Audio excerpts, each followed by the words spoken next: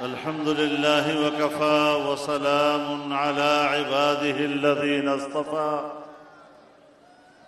ला सियमा अला सय्यिदिर रुसुलि व ख़ातमिल अंबिया व अला आलिहि व सहबिहि व मन बिहदीहि मुहतदा अम्मा बाद। स्टेज पर मौजूद कायदीन और ज़ुअमाए कौम, बुजुर्गान मिल्लत, तो मेरे सराय की वसेब दे मिठे बिराओ।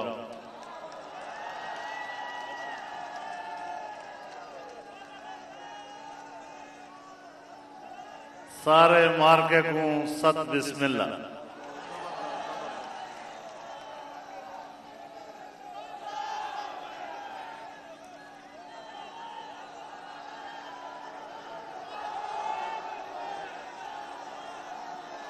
मेरे मोहतरम दोस्तों, 2 साल पहले हमने मुजफ्फरगढ़ में मिलियन मार्च किया था। उसमें भी आपकी शिरकत तारीखी और मिसाली थी। आज डेरा गाजी खान की सरजमीन पर आपकी इस फकीदुल मिसाल कॉन्फ्रेंस में आपकी शिरकत पर और आपके जज्बात पर और आपके जोश व वलवले पर आपको सलाम पेश करता हूं।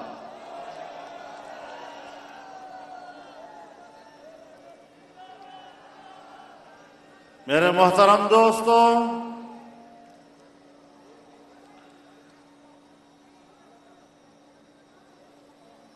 यहां सब तकरीरें मौजूदा नाअहल हुक्मरानों की नाकाम कारकर्दगी के हवाले से हुई और ये आवाज आज नहीं उठी है। 25 जुलाई 2018 पाकिस्तान की जमहूरी और पार्लिमानी तारीख का स्याह तरीन दिन था और सब हमारे कायदीन इस बात पर गवाह हैं कि मैंने 26 जुलाई को इनसे राब्ता किया।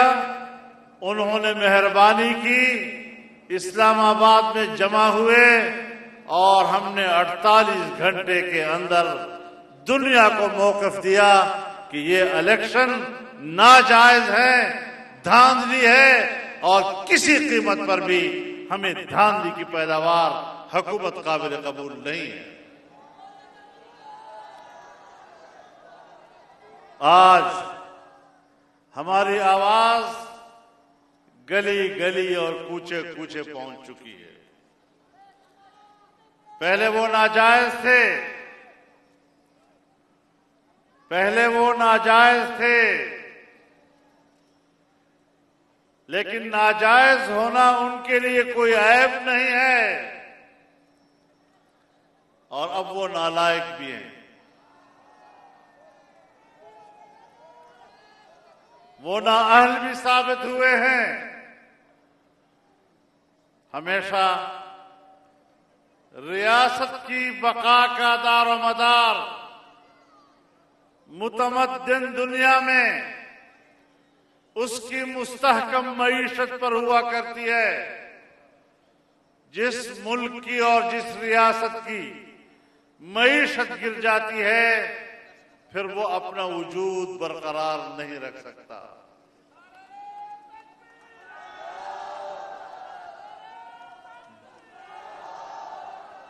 सोवियत यूनियन की मिसाल आपके सामने है।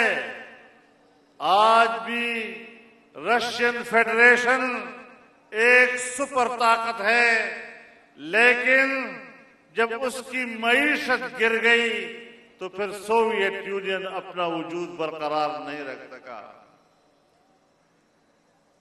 आज तुमने पाकिस्तान का क्या हशर कर दिया है। आज हमारा हुक्मरान जहां जाता है भिखारी की तरह खड़ा होता है। और यकीन जानिए, जब मेरा हुक्मरान जिस अंदाज के साथ, मेरा नाजायज हुक्मरान जिस अंदाज के साथ दुनिया के हुक्मरानों से खड़ा होता है, उसे शर्म नहीं आती, लेकिन हमारी आंखें शर्म से झुक जाती हैं।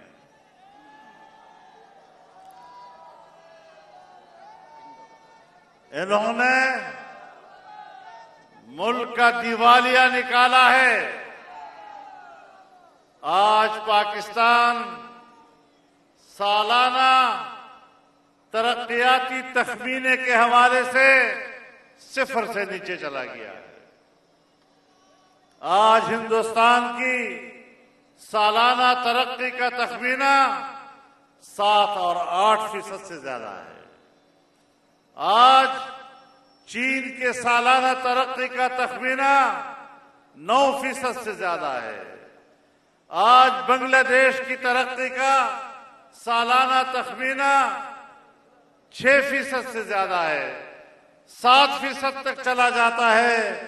लेकिन जब पिछली हुकूमत ने हमारे मुल्क के सालाना मजमूई कौमी पैदावार की शरह 5.5 पर छोड़ी थी और अगले साल के लिए 6.5% का हदफ मुकर्रर किया था, कम अज कम आप बताते कि हम नवाज शरीफ से अच्छी हुकूमत कर रहे हैं। तुमने उसको बदनाम किया, तुमने उस पर इल्जामात लगाए, तुमने उनको मालियाती लिहाज से करप्ट कहा। तुम्हें अपने उससे अच्छी कारकर्दगी दिखानी थी। जहां वो मुल्क को 5.5% पे छोड़ गया, वहां तुम उसको 0 पे ले आए। लानत हो तुम्हारी इस सलाहियत पर और इस काबिलियत पर।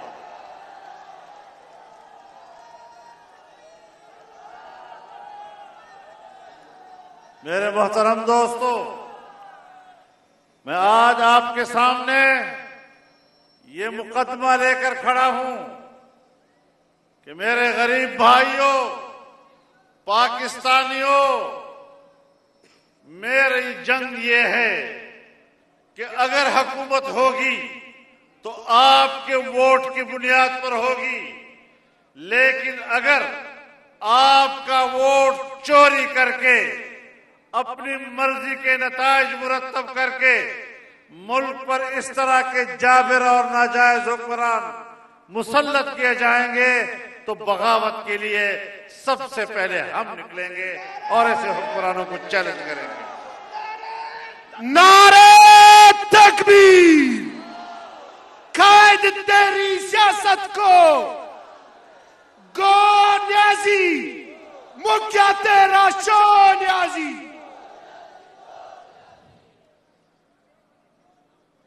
यहां पर आज किसान रो रहा है, आज डॉक्टर रो रहा है, आज वकील एहतजाज पर है, आज स्कूल का उस्ताद वो एहतजाज पर। और जहां 1 करोड़ नौकरियों की उम्मीद दिलाई थी नौजवान को, वहां 30 लाख नौजवानों को बेरोजगार कर दिया गया और नौकरियों से निकाला गया है। लेकिन जरा थोड़ा जिहा शिकवा तुहाडे को लिए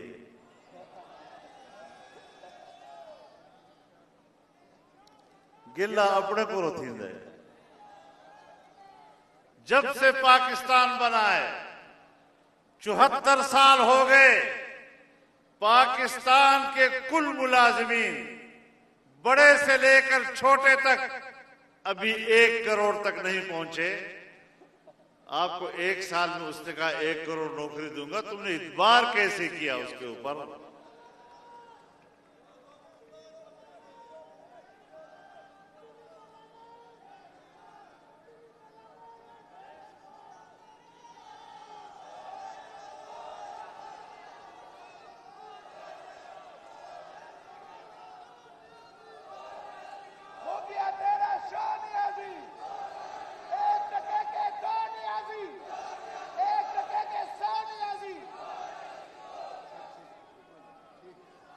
आपने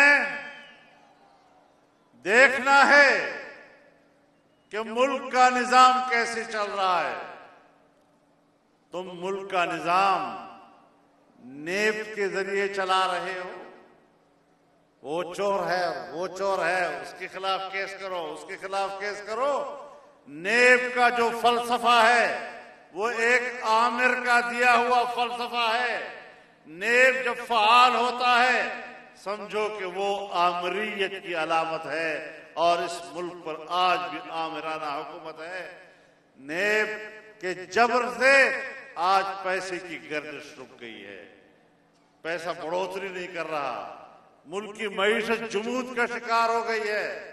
आपको याद होगा कि एक जमाना था जब इंडिया में बीजेपी की हुकूमत थी और वाजपेयी वहां का वजीर आजम था, तो वो बस में लाहौर आया और मीनार पाकिस्तान पर खड़े होकर पाकिस्तान की हकीकत को तस्लीम किया। लेकिन आज भी वहां पर बीजेपी की हुकूमत है, मोदी वहां का हुक्मरान है। मोदी का आपके साथ रवैया क्या है? इसलिए कि उस वक्त आपकी मईशत मजबूत थी और वो पाकिस्तान से तिजारत करना चाहता था। आज वो आपकी तरफ देखने को भी तैयार नहीं है और आपके वजूद का दुश्मन हो गया है। और इमरान खान, तुम्हें इस एजेंडे के तहत लाया गया था कि तुमने कश्मीर को बेचना है, तो तुमने कश्मीर को बेच दिया है। आज वहां कश्मीरियों का खून हो रहा है, पाकिस्तान से कोई आवाज उनके लिए नहीं उठ रही। हमने 70 साल कश्मीरियों के खून पे सियासत की, लेकिन आज हमने कश्मीरियों को तने तनहा छोड़ा है। इमरान खान, ये आपको दिया गया एजेंडा था। जब पाकिस्तान में पैसा आया और 70 अरब डॉलर की इन्वेस्टमेंट इब्तिदाई मरहले में चाइना ने पाकिस्तान में की और सीपैक का अजीम मंसूबा पाकिस्तान में आया, जिसके साथ बिजली की पैदावार वाबस्ता थी, जिसके साथ सनती इलाके वाबस्ता थे, पाकिस्तान की पैदावारी सलाहियत वाबस्ता थी। तुम्हें एजेंडा दिया गया कि सीपैक को नाकाम बनाना है। आज तुमने पाकिस्तान की तरक्की के सफर को जिस तरह तबाह बर्बाद किया है, आज चीन हमसे नाराज है। यह है तुम्हारी खारजा पॉलिसी।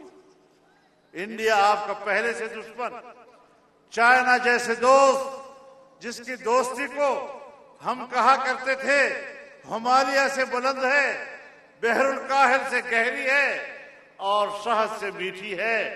70 साल की ये दोस्ती जब इक्तिसादी मरहले में दाखिल हो गई तो आपने पाकिस्तान का बेड़ा गर्क कर दिया और हमें अपने दोस्तों से महरूम किया है।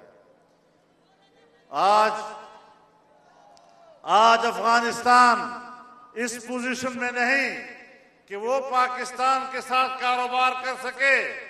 ईरान हिंदुस्तान की तराजू में बैठा हुआ है। हिंदुस्तान आपका दुश्मन, पूरा एशिया माशी लिहाज से तरक्की कर रहा है, लेकिन पाकिस्तान के साथ कोई मुल्क तिजारत करने को तैयार नहीं है। जब हमारी तिजारत ही रुक जाएगी, हमारी पैदावार ही रुक जाएगी, तो तो फिर आप बताएं कि आपका वजूद इस पाकिस्तान के लिए नासूर है या नहीं है।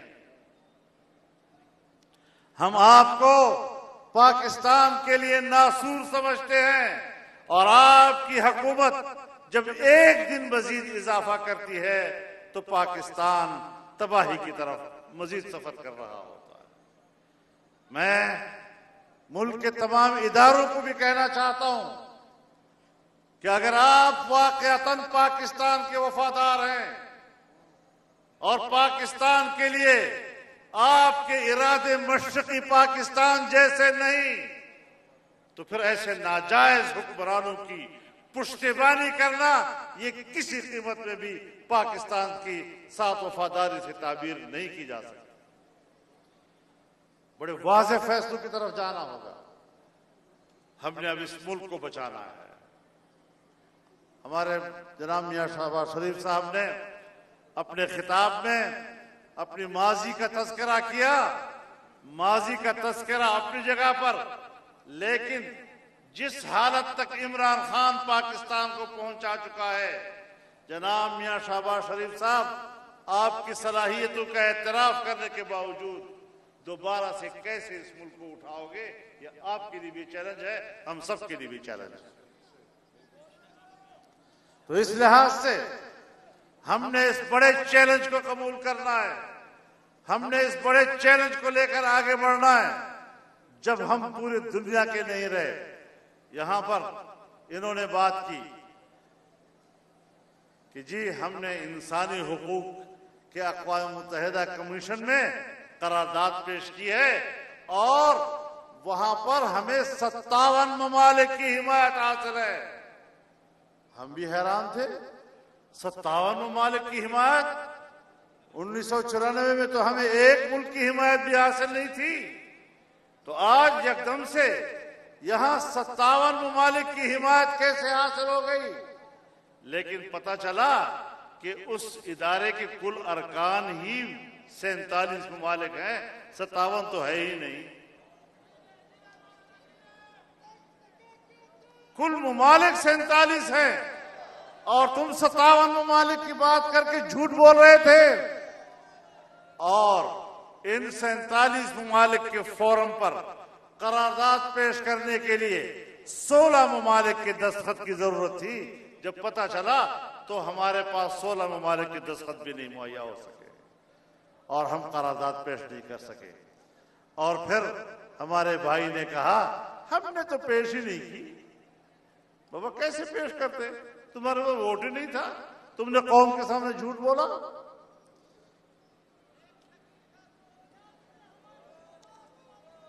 मेरे दोस्तों, आज हमारा नाजायज वजीर आजम,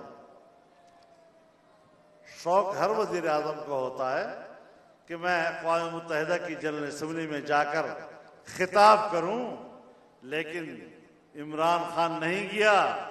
यहां से वीडियो लिंक पर खिताब किया, इसलिए कि दुनिया का कोई हुक्मरान न्यूयॉर्क में उसको हाथ मिलाने के लिए तैयार नहीं था। जहां दुनिया में इस किस्म की सूरत हाल हो और फिर जब कहा गया कि अमेरिका वो हमसे अड्डे मांग रहा है, तो पहली बात तो यह है कि उसने अड्डे मांगे नहीं, उसने तो स्पेस मांगा है और स्पेस तो तुम दे चुके हो। Absolutely not. इसका क्या मतलब? सब कुछ दे चुके हो।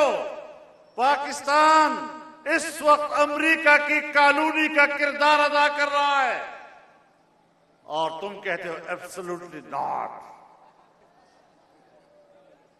किस मुल्क के लिए तुम रास्ता देना चाहते हो उनकी फजाई कुव्वत को अफगानिस्तान पर बमबारी करने के लिए?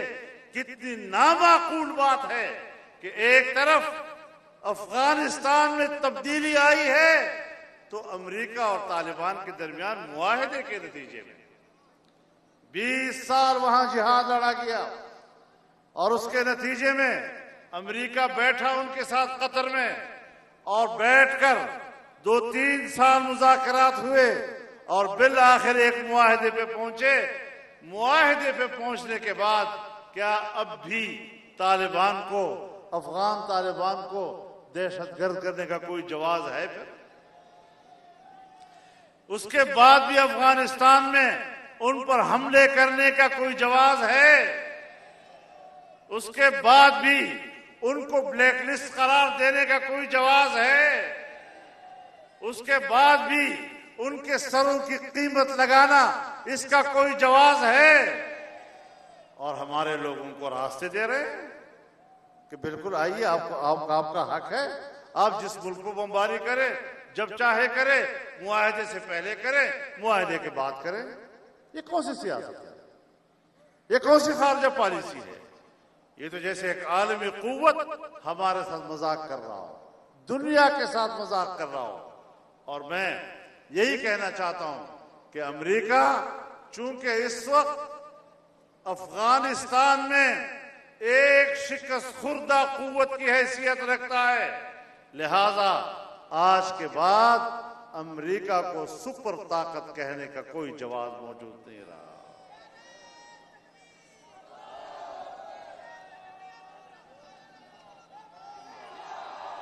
खारजा पॉलिसी होगी, खारजा पॉलिसी तब होगी जब मुल्क की मईशत मजबूत होगी।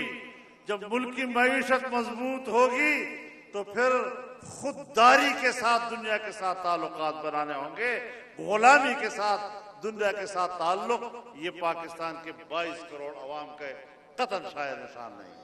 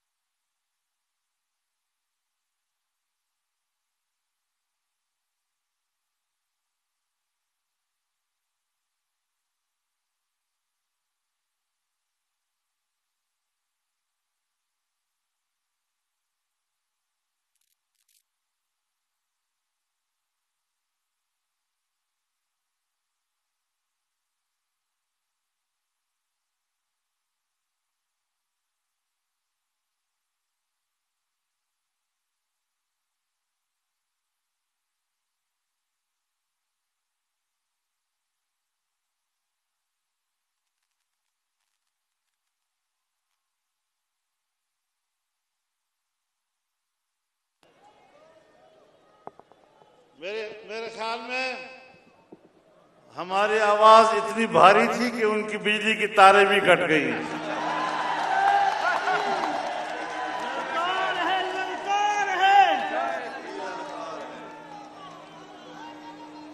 इंशाअल्लाह इसी तरह हम उनका पत्ता काटेंगे और फिर कोई उनको याद करने वाला भी नहीं होगा।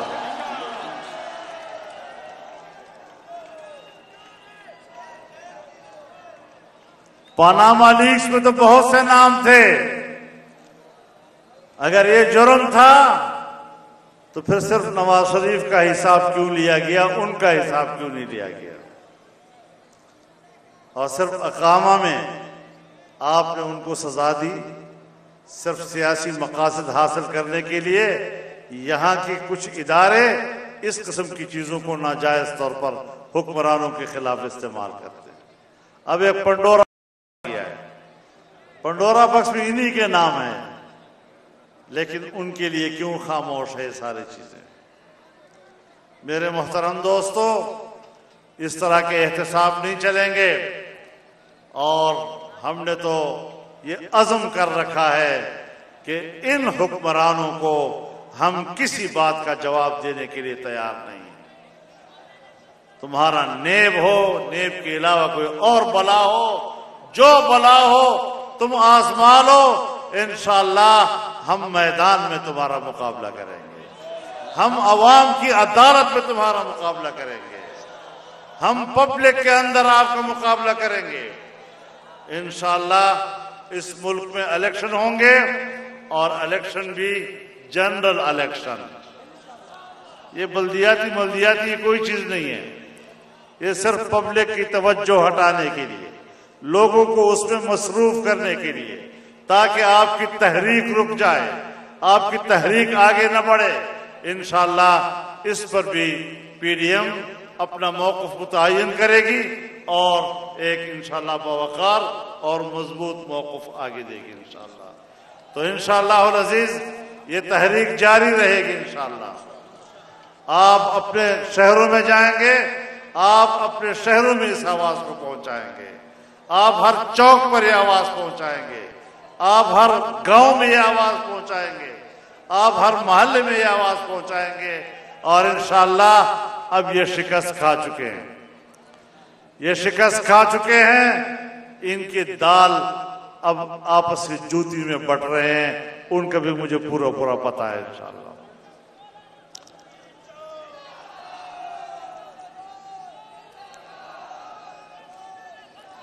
पीडीएम की तहरीक आगे बढ़ेगी और इंशाअल्लाह अज़ीज़ कौम के शाना बशाना रहेंगे। जिस तरह इस हुक्मरान ने आपको अपाहज बनाया है, आपको बेबस कर दिया है, हम उनको पैगाम देना चाहते हैं कि कौम बेबस नहीं है।